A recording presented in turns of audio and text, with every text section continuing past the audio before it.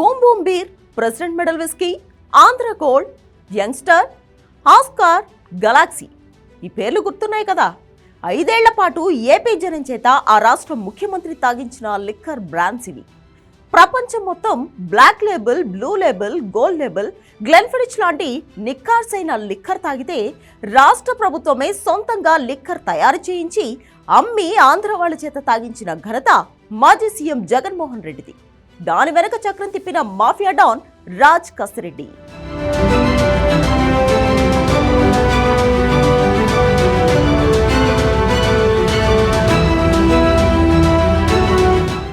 రెండు 2019-2024 మధ్య ఏపీలో జరిగిన మద్యం కుంభకోణం అవినీతి తేనెతుట్ట కదులుతోంది. లిక్కర్ స్కామ్ లో కీలక పాత్రధారుల పని పట్టేందుకు ఏపీ సర్కార్ సిద్ధమైంది. మద్యంతో వేల కోట్లు సంపాదించిన లీడర్లు, బ్రోకర్లు కటకటాల్లోకి వెళ్లాల్సిందే. ఢిల్లీ లిక్కర్ స్కామ్ కంటే ఏపీలో జరిగిన లిక్కర్ స్కామ్ అతిపెద్దది. ఏపీ లిక్కర్ స్కామ్ మొత్తం నడిపించింది కసిరెడ్డి రాజశేఖర్ రెడ్డి. మాజీ ఎంపీ విజయసాయిరెడ్డి స్వయంగా ఈ విషయాన్ని ప్రకటించడంతో ఇప్పుడు అందరి చూపు రాజ్ కసిరెడ్డి వైపే తిరిగాయి. మద్యం కుంభకోణంలో అవినీతికి సూత్రధారి, వసూళ్లలో పాత్రధారి, మాజీ సీఎం జగన్ కు అత్యంత సన్నిహితుడు కసిరెడ్డి రాజశేఖర్ రెడ్డేనని చెప్పకనే చెప్పారు మాజీ ఎంపీ విజయసాయిరెడ్డి. వేల కోట్ల రూపాయల మద్యం కుంభకోణంలో జగన్ కు దూరపు బంధువు కసిరెడ్డి రాజశేఖర్ రెడ్డి పాత్ర, ప్రమేయం మరోమారు తెరపైకి వచ్చింది. మద్యం కుంభకోణంలో కర్త కర్మ క్రియ రాజ్ కసిరెడ్డి అని వైఎస్ఆర్సీపీలో ఒకప్పుడు నెంబర్ 2గా చక్రం తిప్పిన విజయసాయిరెడ్డి చెప్పడం చర్చనీయాంశమైంది. లిక్కర్ స్కామ్ మీద నేను గతంలో కూడా చెప్పాను. లిక్కర్ స్కామ్లో పాత్రధారి, సూత్రధారి, కర్త కర్మ క్రియ అన్నీ కూడా కసిరెడ్డి రాజశేఖర్ రెడ్డేను అన్నటువంటి విషయాన్ని చాలా స్పష్టంగా చెప్పా. మరిన్ని వివరాలు భవిష్యత్తులో నేను చెప్పాల్సి వస్తే చెప్తా. లిక్కర్ స్కామ్ లో సర్వాంతర్యామి కసిరెడ్డి రాజశేఖర్ రెడ్డి. లంచాలు ఇచ్చిన వారికే మద్యం సరఫరా, ముడుపులు వసూలు చేయడంలో రాజ్ కసిరెడ్డి సిద్ధహస్తుడు. జగన్ కు రాజ్ కు మధ్య సంబంధం ఏంటి? లిక్కర్ స్కామ్ లో సర్వాంతర్యామి కసిరెడ్డి రాజశేఖర్ రెడ్డి అని ఆ పార్టీ అంతర్గత వ్యవహారాలు, రహస్యాలు, లోగుట్లని తెలిసిన విజయసాయిరెడ్డి చెప్పడం సంచలనం సృష్టించింది. జగన్ హయాంలో అప్పటి ప్రభుత్వ పెద్దలకు లంచాలు చెల్లించేందుకు అంగీకరించిన వారికే మద్యం సరఫరా ఆర్డర్లు కట్టబెట్టడం, వారి నుంచి ముడుపులు వసూలు చేయడంలో రాజ్ కసిరెడ్డి సిద్ధహస్తుడని తెలుస్తోంది. సిఐడి సిట్ దర్యాప్తులోనూ ఇప్పటికే దీనికి కీలక ఆధారాలు లభ్యమయ్యాయి. తాజాగా విజయసాయిరెడ్డి రాజ్ కసిరెడ్డి పేరు చెప్పడంతో ఆయనెవరు? జగన్ కు ఆయనకు మధ్య సంబంధం ఏంటి? మద్యం కుంభకోణంలో ఆయన ప్రమేయం ఏంటనే ఆసక్తి నెలకొంది. కసిరెడ్డి రాజశేఖర రెడ్డిపై వచ్చిన ఆరోపణల్ని తాము ఖండించట్లేదని, అలాగని సమర్థించడం లేదని వైసీపీ ఎమ్మెల్సీ బొత్స సత్యనారాయణ అన్నారు. మిగతా ఎంక్వైరీ తప్పులు చేసినప్పుడు ఎంక్వైరీ చేసుకోవడం, ఆ ప్రభుత్వాల విధానాలు చేసుకోవచ్చు. కానీ ఫైల్స్ తగలబెట్టేశారు, తాడేపల్లి ఉన్నది, అవి రికార్డులను తొలగించాలి అధ్యక్ష. పట్టుకోండి, అవి చూపెట్టి రుజువు పెట్టి చెప్పుకోండి, అప్పుడు చేయండి. కానీ ఇలాంటి సభల్లో గౌరవమైన మంత్రి గారు, ఓ రెస్పాన్సిబుల్ వ్యక్తులు అలాంటి పాసింగ్ రిమార్క్స్ చేయడం అనేది చాలా దురదృష్టం అధ్యక్ష. దయచేసి దాన్ని తొలగించండి. రేపు రికార్డులో పెట్టుకోండి, ఎంక్వైరీ పెట్టుకోండి. దాన్ని కూడా ఒక దీంట్లో ఫైండింగ్స్ లో పెట్టుకోండి. అది జరుగుతాయి. ఏది వాస్తవం వస్తే ప్రజలు చెప్తారు మీరు. అంతేగాని దీన్ని రికార్డులు ఉంచడం మాత్రం సమంజసం కాదనేది నా తాలూకా సబ్మిషన్ అధ్యక్ష. మీకు మంత్రి గారికి కూడా దయచేసి దాని మీద మీరు రెస్పాన్స్ చెప్పుకోండి, తప్పు కాదు. కానీ ఇలాంటి స్పాన్సరింగ్ మార్చి చేయొద్దు అనేది నా రిక్వెస్ట్.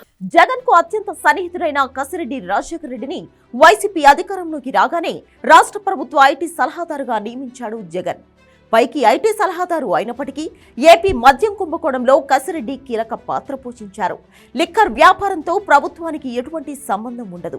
కానీ ప్రభుత్వమే సొంతంగా లిక్కర్ అమ్ముకుంటే వేల కోట్ల రూపాయలు సంపాదించవచ్చని ఐడియాని జగన్ కు ఇచ్చి దాన్ని అమలు చేయించిన వ్యక్తి కసిరెడ్డి రాజశేఖర్ రెడ్డి.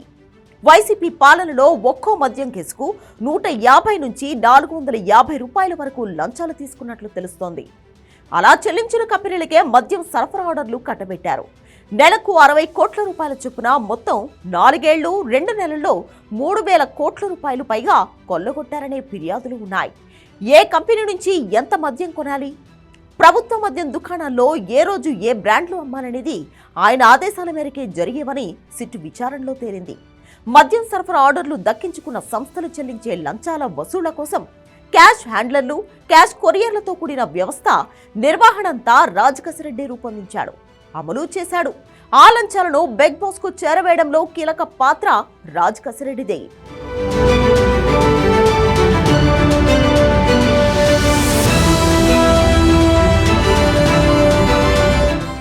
లంచాల వసూళ్ల నెట్వర్క్ లో నాటి ప్రభుత్వంలో చక్రం తిప్పిన పెద్దిరెడ్డి రామచంద్రారెడ్డి కుమారుడు మిథున్ రెడ్డి మాస్టర్ మైండ్ గా వ్యవహరించినట్లు తెలుస్తోంది. అదంతా పక్కాగా అమలు చేయడంలో రాజకసిరెడ్డి కీలకమని సిట్ గుర్తించింది. హైదరాబాద్ లోని జూబ్లీహిల్స్ లో ఇందుకోసం కార్యాలయం ఏర్పాటు చేసి దందా నడిపినట్లు తేల్చింది.